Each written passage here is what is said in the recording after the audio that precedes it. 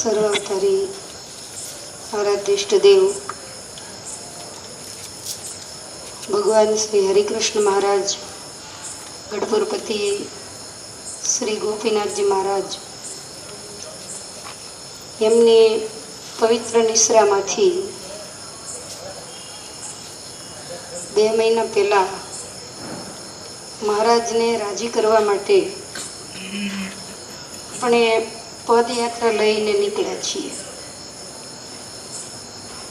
અને જે પદયાત્રાને આપણે ખૂબ સારી રીતે ક્ષેમકુશળ ભગવાનનો હંમેશા આપણને સાથે જ હોય એવો અહેસાસ દિવસ ઉગીને થયો છે. તો એવી રીતે આપણે એને સફળતાથી પૂરી પાડી છે અને એ પણ ભગવાનની કૃપા જ છે. તો આપણી ઈચ્છા પ્રમાણે રામ, શ્યામ અને ઘનશ્યામ ત્રણેયને મળી બહુ સારી રીતે ત્રણેયના દર્શન કરીને આપણે પદયાત્રાને પરત હરિકૃષ્ણ મહારાજના ઘર તરફ લઈ જઈ રહ્યા છીએ. તો છપૈયા પહોંચ્યા પછી ઘણા બધા પ્રોગ્રામો નક્કી થયા. કથા કરવી, આશ્રમ જવું, બીજે બધે દર્શન કરતાં કરતાં ઘેર જવું. પણ અંતે એવો નિર્ણય થયો કે વળતા પાછા વળીએ ત્યારે જે પવિત્ર તીર્થ ક્ષેત્રો આવે એના દર્શન કરતાં કરતાં આપણે ઘર તરફ જવું. તો એ રીતે આપણે 10 તારીખે છપૈયાથી પાછા વળી ગયા છીએ. આપણને એવું હતું કે છપૈયા પહોંચ્યા પછી અમુક હરિભક્તો એવા હતા કે જેમને છપૈયા રહેવાની ઈચ્છા હતી. અમુક એવા હતા કે એમણે ફૈજાબાદથી ટિકિટ કરાવી હતી, એમને ડાયરેક્ટ ઘેર જવાનું હતું. તો એવો વિચાર થતો કે આપણો સંઘ નાનો થઈ જશે. પણ હરિકૃષ્ણ મહારાજને નાનું કામ ક્યારેય ગમતું નથી. એમણે સુરતવાળાને પ્રેરણા કરી. જો કે આપણે પૂરેપૂરી ના જ હતી કે પાછળ કોઈ આવવાનું, કારણ કે અમે અમારા રોટલા માંડ કરીને ખાતા હતા. પણ છતાંય તમે હવે મંડપ સારો શોભશે, તમે હવે આનંદ અપાર, એ ન્યાયે એ લોકો આપણી સાથે જોડાયા. સ્વાગત સામૈયાની અંદર જ એ લોકો અયોધ્યાથી આવી ગયા. એટલે આપણો સંઘ હતો એના કરતાં વધારે મોટો ને રૂપાળો બન્યો. કારણ કે તમે તો રૂપાળા રહ્યા નહોતા, એ થોડાક રૂપાળા આવ્યા એટલે સંઘની શોભા ખરેખર વધી. તમને જે લાગતું હોય તે, પણ રસ્તા ઉપર જ્યારે એક સાથે 3 ગાડીઓ જાતી હોય, પાછળ 3-4 4 વ્હીલ જાતી હોય તો એની શોભા કંઈક જુદી લાગે. હરિકૃષ્ણ મહારાજનો રસાલો જાતો હોય એવું લાગે. હનુમાન ધારા ઉપર આપણે બધાએ પેલા કુંડમાં સ્નાન કર્યું. થોડું પાણી પડતું હતું. તો તમને બધાને કહેતા 150 સ્નાન કરાવ્યું ત્યાં કુંડ પોણો થઈ ગયો. આટલું બધું પાણી ઘટી ગયું. આપણે કાયમ વાતો કરતા કે નંદરાજાનો રસાલો ખૂબ જ મોટો, એનો કાંઈ અંત આવે નહીં. અને જ્યાં નંદરાજાનો રસાલો ઉતરે ત્યાં નદીઓમાં પાણી ઓછા થઈ જાય. એમ અમારા હરિકૃષ્ણ મહારાજનો રસાલો પણ એવો જ છે. તો આપણે બહુ કંટ્રોલ રાખ્યો છે, નહીંતર આના કરતાં 3 ગણા આવીને બેઠા હોત. બધાને વાયદો આપ્યો છે પછી તમને છપૈયા દર્શન કરવા બસો બાંધીને લઈ જશું.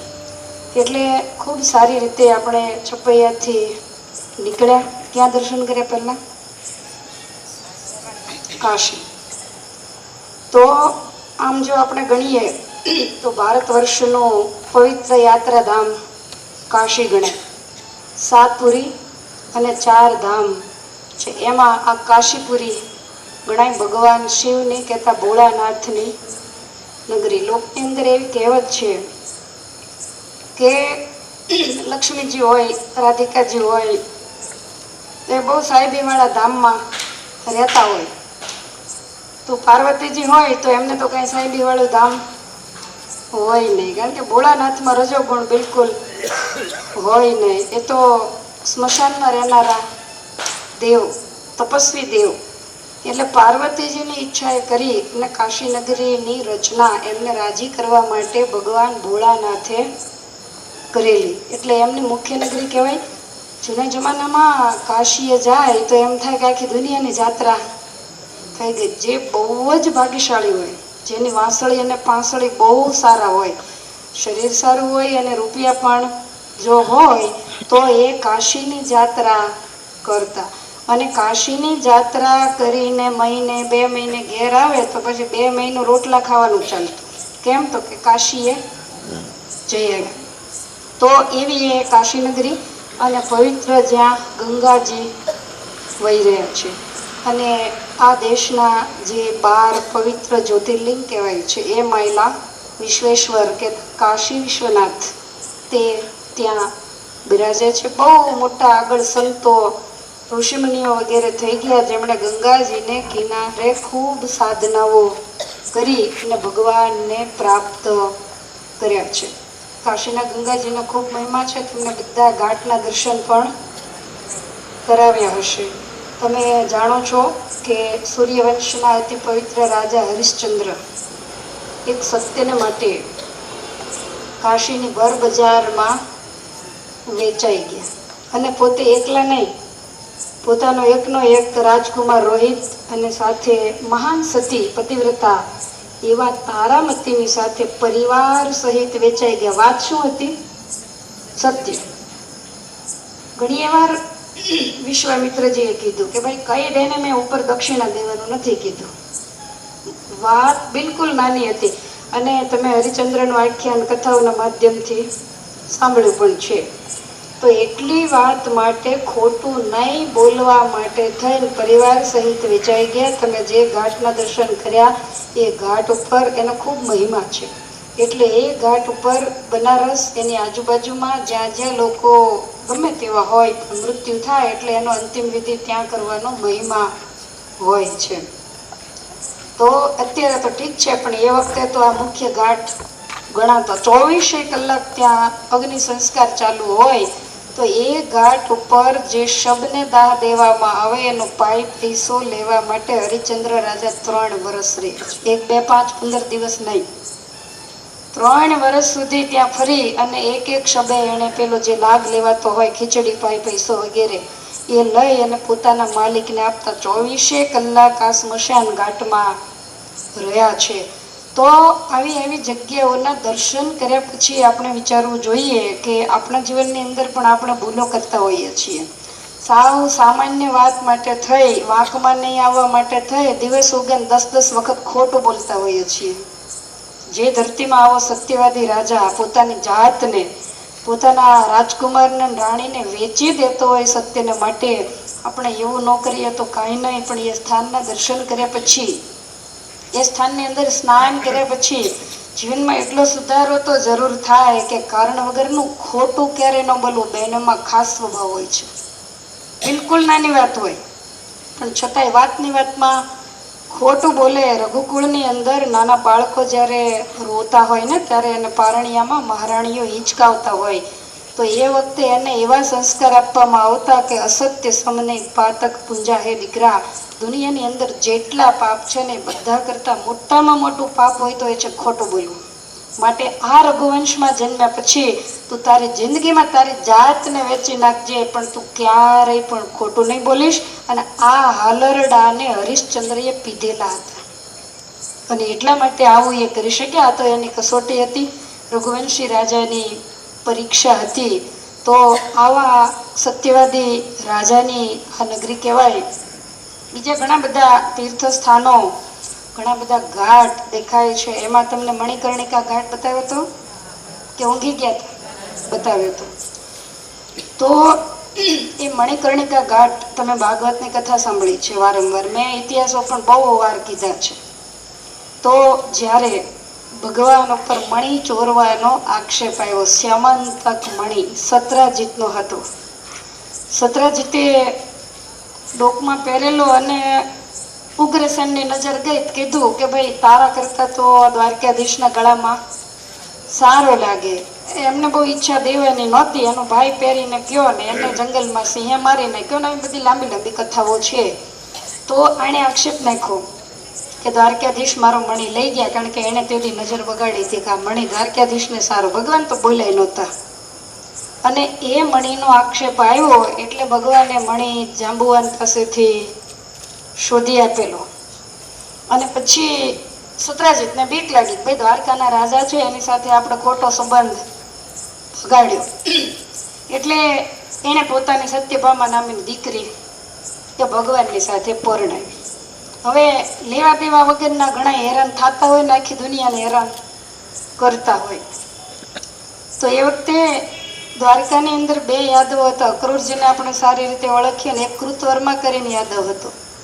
તો એને શતધન્વા નામના યાદવને એવું કીધું કે સત્રાજીતે તને ઘણા સમય પહેલા જીભ આપેલી, તારી એની દીકરી તારી સાથે પરણાવશે. તો એણે તો દ્વારકાધીશની સાથે પરણાવી. ક્ષત્રિય બોલ્યો કોઈ દી ફરે નહીં, માટે તારી એમાં આબરૂ શું? તો આ કે હું શું કરું? તો કે ભગવાનના સસરા એવા સત્રાજીતને મારીને મણી લઈ લે. આ કે છે દ્વારકાધીશ હારે વેર થાય, રાજાને કોઈ પહોંચે નહીં, પછી મારું તો કેમ બેઠા છે ને. સમજાય તમને? બહુ ધ્યાન રાખો. આવા અક્રૂરે હોય ને આવા કૃતવર્મે દુનિયામાં ઘણાય હોય કે આપણને અવળા માર્ગે ચડાવી, આપણને વાંકમાં લઈને પોતે છૂટી જાય. અને મનમાં એમ થયું કે વાત સાચી, ક્ષત્રિય છું, મને દીકરી દેવાનું કીધું, દ્વારકાધીશ રૂપિયાવાળા જોઈને રાજા જોઈને દઈ દીધી, મને શું સમજે છે. હવે ભગવાનને સત્યભામા તો એના મેલે હોય, અને સત્રાજીતને એના રાણી એના મેલે હશે. આણે રાત્રે જઈને સત્રાજીતનું ધડથી માથું કાપી નાખ્યું. હવે આ બાજુ ભગવાન તો મણીની બધી ચર્ચા ચાલતી હતી, એટલે ભગવાનને તો બહુ મણીની જરાય ઈચ્છા નહોતી. આ તો લક્ષ્મીના પતિ હતા. ત્યારે ભગવાનને એ વખતે મણીની માથાકૂટ એટલે દ્વારિકામાં સમાચાર આવ્યા કે પાંડવોને લાક્ષાગૃહમાં બાળી દીધા. ભગવાન તો તનકે જાણે મનકે જાણે, પણ તો લોક વ્યવહાર તો કરવા જ પડે. એટલે ભગવાન ખરખરે ગયા હતા બળદેવજીને સાથે લઈને. એને કરવું પડે, કારણ કે ફૈબાના દીકરા થાય, અને ભીષ્મ દાદા હોય, પછી દુર્યોધન હોય, જે કોઈ હસ્તિનાપુરમાં હોય અને મોઢે થવાય જવું પડે લૌકિક રિવાજ પ્રમાણે.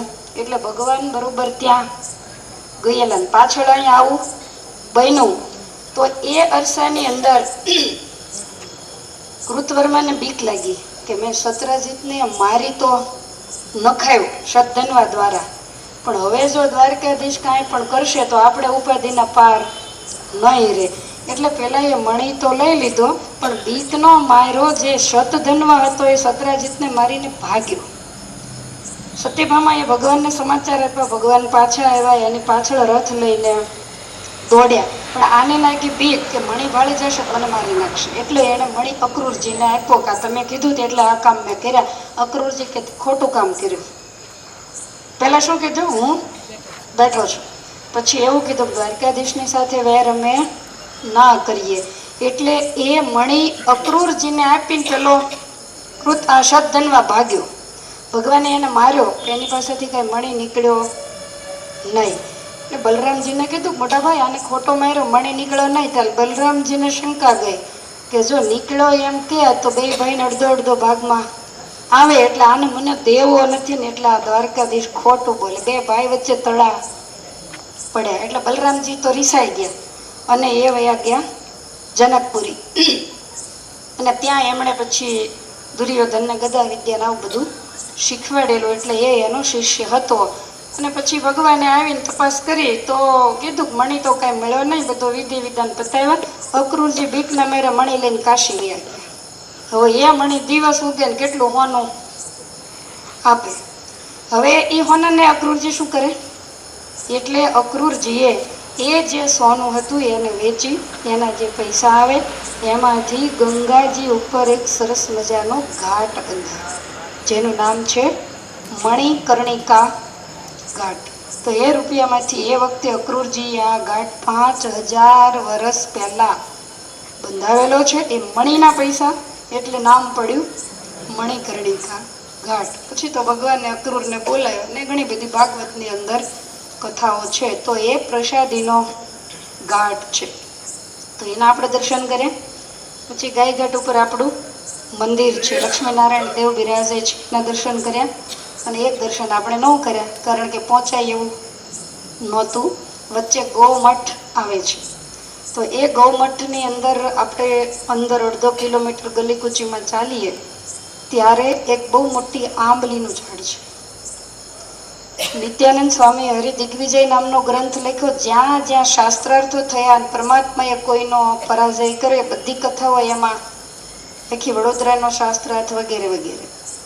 તો એમાં 8 વર્ષની ઉંમરે ધર્મદેવની સાથે મહારાજ કાશીની યાત્રા કરવા માટે આવેલા, અને એ આંબલીની નીચે ગૌમઠમાં તમામ વિદ્વાનોની સભા હતી. ધર્મદાદાને પણ પ્રશ્નોના જવાબો દેવાના હતા.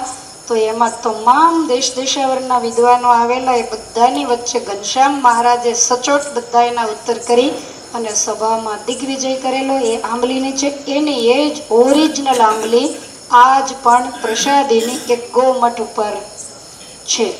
પણ સમયના અભાવે આપણે દર્શન એના નથી કરી શક્યા. તો આ વાત થઈ કાશીની. પછી ક્યાં ગયા? તમે જાગો તો છો ને? પછી આવ્યા અલ્હાબાદ. આ દુનિયામાં ઘણા બધા તીરથ છે. તમામ તીરથનો રાજા હોય તો એ છે ત્રિવેણી સંગમ પ્રયાગરાજ. નામ પ્રયાગ છે, 3 નદીનો સંગમ હોય ને એને પ્રયાગ જ કહેવાય. આપણે હિમાલયમાં જઈએ ત્યારે બધા અલગ અલગ પ્રયાગના નામ આવતા હોય છે. તો 3 નદી ભેગી થાય એનું નામ પ્રયાગ. જેમ જનકપુરીનો રાજા એ જનક, એવું. તો એવી રીતે દુનિયાની શ્રેષ્ઠમાં શ્રેષ્ઠ 3 નદીઓ અતિ પવિત્ર, ગંગા, યમુના, સરસ્વતી. આ 3નો જે સંગમ છે એને આપણે ત્રિવેણી સંગમ કહીએ. તો મોટામાં મોટી નદીઓ, તમે પ્રવાહની સામે તો ખબર નથી, ઓલું ફૂલ ને નાળિયેરમાં જ રહ્યા હશો, જોયું હોય તો. તમે આમ દ્રષ્ટિ દોડાવો ને તો એક પ્રવાહ શ્વેત દેખાય ને એક પ્રવાહ શ્યામ દેખાય. આ વખતે આપણને બહુ બધાએ બતાવ્યું નહોતું, નહીંતર આપણને નાવિકો એ બતાવે કે તમે વચ્ચે જ્યારે પહોંચો ને ત્યારે તમને ખબર છે દૂધનો ઉભરો બેસે પછી ઉકળ્યા કરે દૂધ, આમ ઊંચું નીચું સતત થાય. તો એવી રીતે વચ્ચે ભૂરા કલરનો પ્રવાહ આમ દૂધના ઉભરાની જેમ નીકળે છે, એ ગુપ્ત સરસ્વતી કહેવાય છે. એટલે 3 નદીનો સંગમ. તમને એમ થાય કે પાણી તો આ કાંઠે ભર્યું હતું, તો એ બોટમાં પાછા 100 રૂપિયા દઈને ગયા, પણ એ પાણી છે ને એ ત્રણેયનું ભેગું થતું હોય તો આપણે જ્યાં નાયા ત્યાં, એટલે ત્યાં નાવાનો મહિમા છે. તો આ ત્રિવેણી સંગમ કહેવામાં આવે છે. કિનારા ઉપર આપણે અક્ષય વટ જોયો હતો. તો એ અક્ષય વટ તમે સાંભળ્યું હશે, વટસ્ય પત્રસ્ય પુટેશયાનમ બાલમ મુકુંદમ મનસા સ્મરામી. આ જગતનો જ્યારે પ્રલય થયો ત્યારે માર્કંડેય મુનિને એ વડલાના પાનની અંદર ચરણનો અંગૂઠો ચૂસતા એવા નાના એવા દિવાલ ઉપર બહુ મોટું ચિત્ર હતું, પણ તમારું ધ્યાન હોય કે કદાચ ન હોય. તો એ બાલ મુકુંદ એ વડલાના પાનની અંદર તે વખતનો એ વડ છે એવું કહેવાય છે. કદાચ ઝાડમાં આમ તેમ થયું હોય પણ જગ્યા તો એની જ છે. આજુબાજુમાં યાજ્ઞવલ્ક, ભરદ્વાજ વગેરે મોટા મોટા ઋષિમુનિઓનો નિવાસ હતો. અને એ પ્રયાગરાજની અંદર દેશ દેશાવરના તમામ સાધના કરતા ઋષિમુનિઓ માઘ સ્નાન કરવા માટે 1 મહિનો પ્રયાગરાજમાં આવે. એટલા માટે આ બધા ઋષિમુનિઓ ત્યાં ભેગા થાય. એમાં કુંભ મેળો હોય ત્યારે તો આપણને આખો પ્રયાગ ભગવો ભગવો દેખાય. શબરીજી પૂર્વે જ્યારે રાજરાણી હતા ત્યારે આ પ્રયાગરાજની અંદર જ કુંભ સ્નાન વખતે આવેલા મેળાની અંદર. અને એવું કહેવાય છે કે બધા સાધુ સંતો બધા પોતપોતાની પર્ણકુટીઓ બાંધીને મંજીરા તાલ પખાજ કરતા લઈ અને ભજન કરતા હોય. તો બહુ મુમુક્ષુ જીવ હતો, એટલે એને તો બહુ સરસ મોટા મહેલ જેવા ઉતારા રાજરાણી હોય એટલે હોય, બધા દર્શને આવ્યા હોય તો એ અટારી ઉપર બેસીને સતત જોયા કરે કે આ રાજમહેલના બંધનમાં રહેવા કરતા ઝૂંપડીમાં રહીને ભજન, મીરાબાઈ જેવું જીવન. તો આવું હોય તો બહુ સારું. આવી અને કાયમના માટે ઈચ્છા રહ્યા કરે. એક વાર તો રાજાને પૂછ્યું કે આ બધા કરતાલો મંજીરા વગાડીને જે ધૂન કરે છે, મને ઈચ્છા થાય છે કે ત્યાં આપણે જઈએ. રાજા તો ખીજાયા કે તો બધા એ ભિક્ષુકો કહેવાય અને આપણો તો રજવાડું, એને ભેગા મંજીરા વગાડે આપણે સારા ન લાગીએ. અને આ કુંભનું દ્રશ્ય એ મહારાણીને એવું મગજની અંદર રહી ગયેલું કે જિંદગી કાઢવી તો સાધુ સંતો અને ઋષિમુનિઓની ભેગી જ કાઢવી. અને અંતકાળે એને આ વાસના રહી ગઈ. ભગવાનને પ્રાર્થના કરી કે મારે મોક્ષ નથી જોતો, મને આ સાધુ સંતોની ભેગો રહેવાનો, એની સેવા કરવાનો યોગ મળે એવો કાંઈક તમે મને જન્મ આપજો. અને બીજા જન્મે એ શબર મહારાજાને ત્યાં જન્મ્યા, જે જંગલના નિષાદ રાજા હતા. અને એમના દીકરી થયા, ઘર છોડીને નીકળ્યા. ઘણા ઘણા મહાભિનિષ્ક્રમણ કરતા હોય. આપણે ઉદયપુરના મહારાણીએ કોઈને પૂછ્યા વગરના રાત્રે ઘર છોડીને નીકળ્યા. એવી રીતે શબરીજી પણ રાતોરાત ઘર છોડીને નીકળ્યા અને મતંગ મુનિના આશ્રમે ખૂબ સાધુ સંતોની સેવા કરી, ગુરુ વચનમાં રહી ભગવાનનું ભજન કર્યું. એટલે આ પ્રયાગરાજની અંદર જ્યારે જ્યારે કુંભ મેળો લાગે ત્યારે આપણને એમ થાય કે અંતકાળે યાદ આવ્યો હોય તોય કલ્યાણ થઈ જાય. એવા બધા જ મોટા મોટા મહામંડલેશ્વરો, સાધુ સંતો, ખૂબ બધા ભાવિક ભક્તો હોય, આવીને કરોડોની સંખ્યામાં સ્નાન કરતા હોય. તો એ વખતે આપણને કાંઈ મેળ આવે નહીં. પણ જ્યારે પદયાત્રાના પ્રસંગથી આપણે નીકળ્યા હતા તો ખૂબ સરસ રીતે બધાએ ત્યાં પ્રયાગરાજની અંદર સ્નાન કર્યું. ભરદ્વાજ મુનિનો જે આશ્રમ એના પણ આપણે દર્શન કર્યા, અક્ષયવટના દર્શન. ભગવાન 3 દિવસ રઘુનાથજી વનમાં ગયા ત્યારે આ અક્ષયવટ નીચે સીતાજી લક્ષ્મણજી સહિત રોકાયેલા છે. ઋષિમુનિઓનો ખૂબ સમાગમ ભગવાને કરેલો છે. ભરદ્વાજ મુનિના રસ્તો વગેરે બધું પૂછેલું કે અમારે 14 વર્ષ રહેવું છે તો અમારે ક્યાં જવું. તો એ વખતે ભરદ્વાજે એવું કીધું હતું કે અમારા હૃદયમાં રહ્યો, બીજે ક્યાંય જવાય નહીં. ભગવાન કહે છે કે હૃદયમાં મૂર્તિમાન તો કાંઈ રહેવાય નહીં, એટલે કાંઈક રસ્તો બતાવો. પછી ચિત્રકૂટ બાજુનો રસ્તો એમને બતાવેલો. ભરતજી મળવા આવ્યા ત્યારે પણ એ અક્ષયવટની એમણે આખી રાત્રિ પરિક્રમા કરી હતી. ત્યારથી એની પરિક્રમાનો મહિમા છે. બહુ મોટા મોટા જૂના પુરાણોની અંદર આ અક્ષયવટનું નામ આવે. આપણે બધા એનો સ્પર્શ પણ કર્યો. રિનોવેશનનું બધું કામ ચાલુ છે. રામાયણની કથા યાજ્ઞવલ્ક અને ભરદ્વાજ મુનિની વચ્ચે પ્રયાગરાજમાં 24 કલાક ચાલુ છે.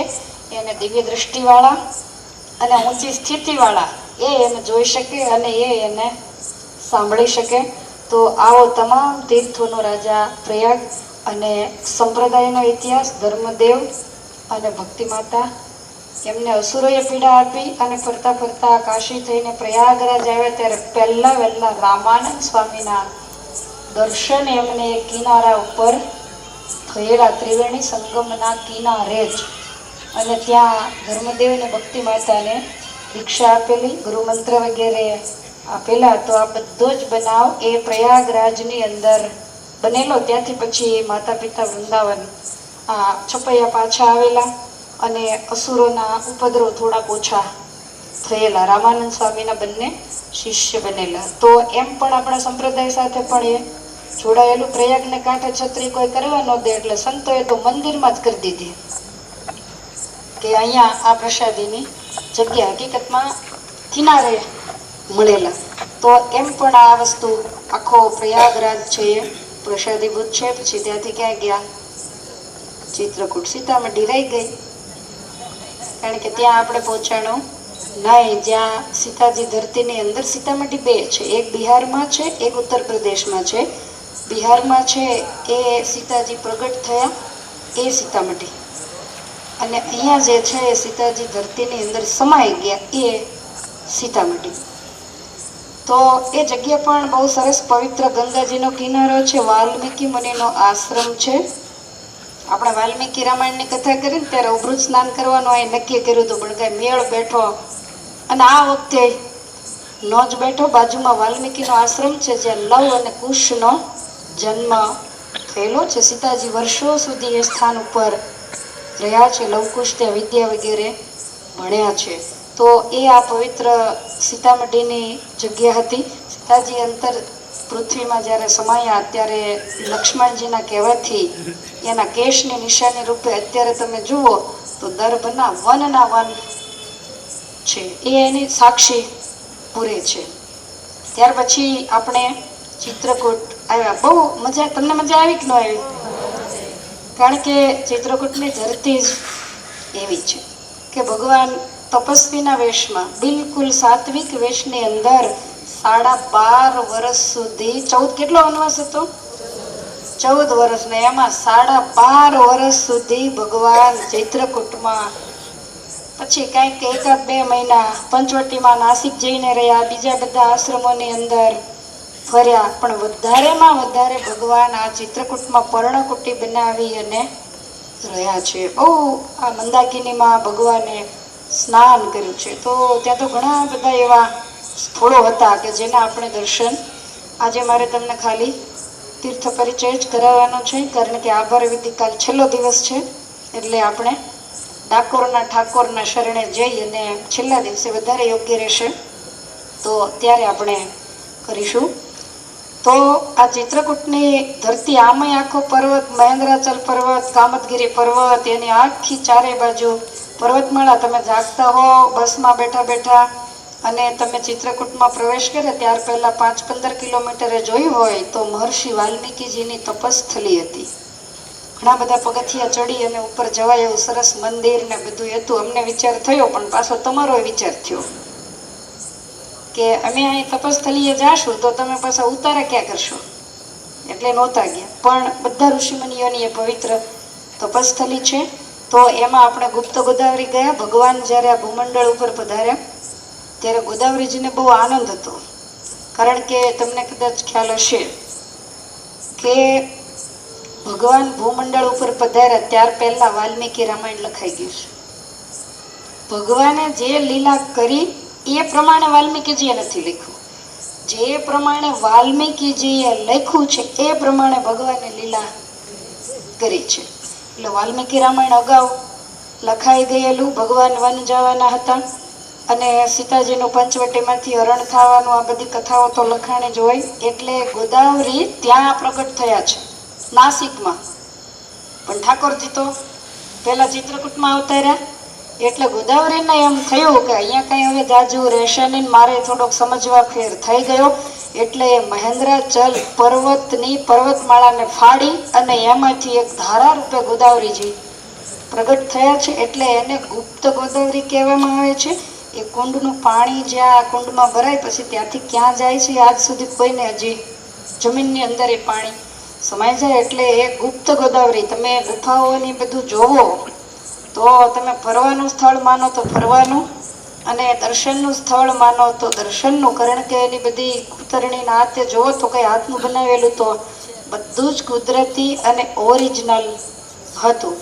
પછી ભગવાન એ ગુફાની અંદર રહેતા હોય તો સીતાજી જે ખાડામાં સ્નાન કરતા હોય, ભગવાન જે જગ્યાએ સ્નાન કરતા હોય, બધા અલગ અલગ નામથી એને સંબોધવામાં આવતા હોય, અલગ અલગ નામ લખેલા હોય. કોઈનું ઉદ્ગમ સ્થાન, કોઈનું જાનકી કુંડ, કોઈનું આ તે, એવી રીતે. બાકી નદી બધી એક જ છે.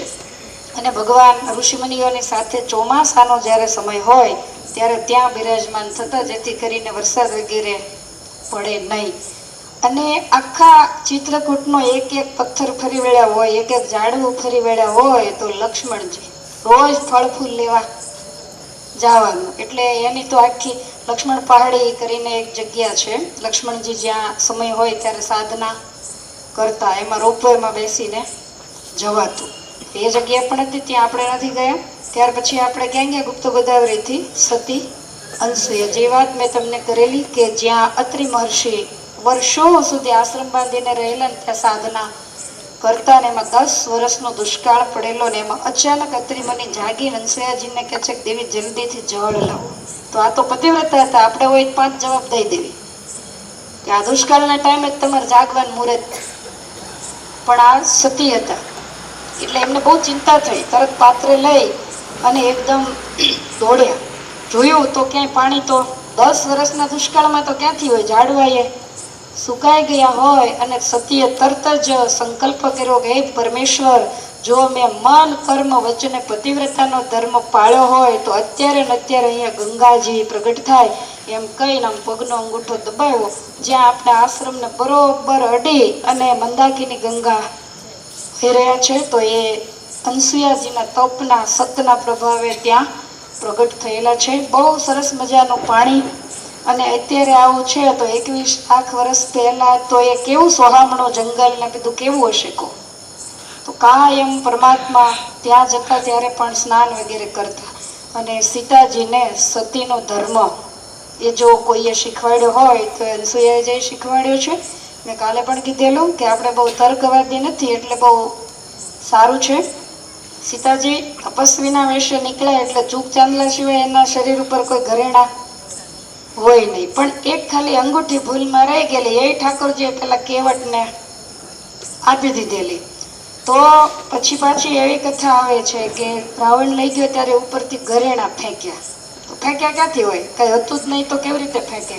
પણ અનસુયાજીના આશ્રમે જ્યારે ગયા ત્યારે અનસુયાજીએ કહ્યું કે તમે પતિવ્રતા છો, તમામ શૃંગારો તમારે ધારણ કરવા જોઈએ, કારણ કે તમને વનવાસ નથી. વનવાસ ભગવાન રામને છે, એ શૃંગાર નહીં ધારી શકે, પણ તમારે એક સતી છો એટલે શૃંગાર તો ધારણ કરવા જોઈએ. એટલે વાત કરી માતાજીએ કે ભાઈ કાંઈ લાવ્યા નથી, એક વીંટી હતી એ ઠાકોરજીએ અપાવી દીધી. અને એ વખતે સરસ મજાના દિવ્ય શૃંગાર એ અનસુયાજીએ સીતાજીને શણગાર્યા અને પહેરાવેલા. એટલે એ પોટલું પછી રાવણ જ્યારે લઈ ગયો ત્યારે માતાજીએ ફેંકેલું નીચે. તો એ અનસુયાજીનો આશ્રમ રામાયણ વાંચો તો ખ્યાલ આવે કે પતિવ્રતાના ધર્મ શું હોય. આખી સતી ગીતા જેને કહેવાય કે અનસુયાજી સીતાજીને ઉદ્દેશીને કીધેલી છે, જેને પણ આપણે કંઈક જીવનમાં ઉતારતા શીખીએ. બહુ સામા જવાબો દઈ દેતા હોઈએ તો. ત્યાર પછી ક્યાં ગયા? ઉજ્જૈન ક્યાંથી જાય? સ્ફટિક શિલા. તો એ કથા પણ તમે સાંભળી હશે કે ભગવાનને અહીંયા 12 વર્ષ 12.5 વર્ષ પૂરા થયા એટલે પરમાત્માને ભરતજી તો સતત યાદ આવતા. ભગવાનને એમ થતું ટાઈમ બધો પૂરો થઈ ગયો, કામ તો લંકાનો વજન તો એમનો એમ જ ભર્યો છે. અને લંકાનો વજન કંઈ મારાથી ઉતરે એવું નથી, કારણ કે ઋષિમુનિઓના બ્લડ લોહીમાંથી રાવણનો કાળ જનક મહારાજાને ઘેર પ્રગટ થયો છે, એ જ આ સીતાજી છે. એટલે ભગવાને લક્ષ્મણજીને ફળ ફૂલ લેવા માટે મોકલી દીધા. રોજનો એવો નિયમ, આજુબાજુમાં તમે વનરાય બધી જોઈએ એ વખતે ફૂલ ઝાડ ફળ ઝાડ બધું હોય, તો કાયમનો એવો નિયમ કે લક્ષ્મણજી ફળ ફૂલ લેવા માટે જાય, સીતાજી સ્નાન કરીને કાંઈ કામ કચરા પોતા ધોતા નહીં. એટલે એ સરસ છાબડી લઈ અને જંગલમાંથી ફૂલ છૂટે અને ઠાકોરજી માટે ફૂલનો હાર બનાવે. તમે રામજીને જોયા હશે, તપસ્વી, બે બાજુ ગજરા અને બાજુ બાંધી. સીતાજી કાયમ પરમાત્માને ગજરા અને બાજુબંધ બાંધે, પછી ફૂલ વધે તો ઠાકોરજીની માથે જટા હતી, જટાની અંદર શૃંગાર, કાયમનો આ નિયમ. પછી લક્ષ્મણજી દર્શન કરે. તો તે દિવસે સીતાજી કંઈક કામકાજમાં હશે તો ઠાકોરજી છાબડી લઈને ઉપડી ગયા અને ભગવાને બધેથી પુષ્પોને ચૂંટી અને સરસ મજાના ફૂલના હાર અને મસ્તકની વેણી બનાવી. અને સીતાજીને કીધું કે આજ આખી જે લીલા છે ને એને ફેરવી નાખવાની છે. અત્યાર સુધી હું મોવડી હતો, હવે તમારે મોવડી થવાનું છે, કારણ કે દેવતાઓ હવે વાટ જોઈ રહ્યા છે. 14 વર્ષ કાલ પૂરા થશે, હજી કરવાના કામ બધાય બાકી છે, માટે દેવી હું તમારું સ્વાગત કરું એમ કહીને શિલા ઉપર સીતાજી આમ એક ચરણ ટૂંકો ને એક આમ લાંબો કરીને બેઠા છે. અને ઠાકોરજી આમ ગોઠણિયા ભેર થાય અને માતાજીને મસ્તકમાં વેણી, ચોટલામાં ફૂલ કે જે શૃંગાર થતા હશે એ બધા શૃંગાર કરી રહ્યા છે. એ શિલા ઉપર, તમને મગજમાં છે શિલા, એના ઉપર બેસીને સરસ બાજુમાં મંદાકિની વહી રહી છે અને કોઈ જ નથી, રામ અને સીતા બે જ છે. અને આ રીતે શૃંગાર કરે છે. એ વખતે ઇન્દ્રનો કઠણાઈ વાળો દીકરો જયંત એ ત્યાંથી નીકળ્યો. જયંતે ભગવાનનું અપમાન કર્યું, પણ જયંતની જે પટરાણી હતી એ બહુ ડાય અને બહુ જ બુદ્ધિશાળી હતી.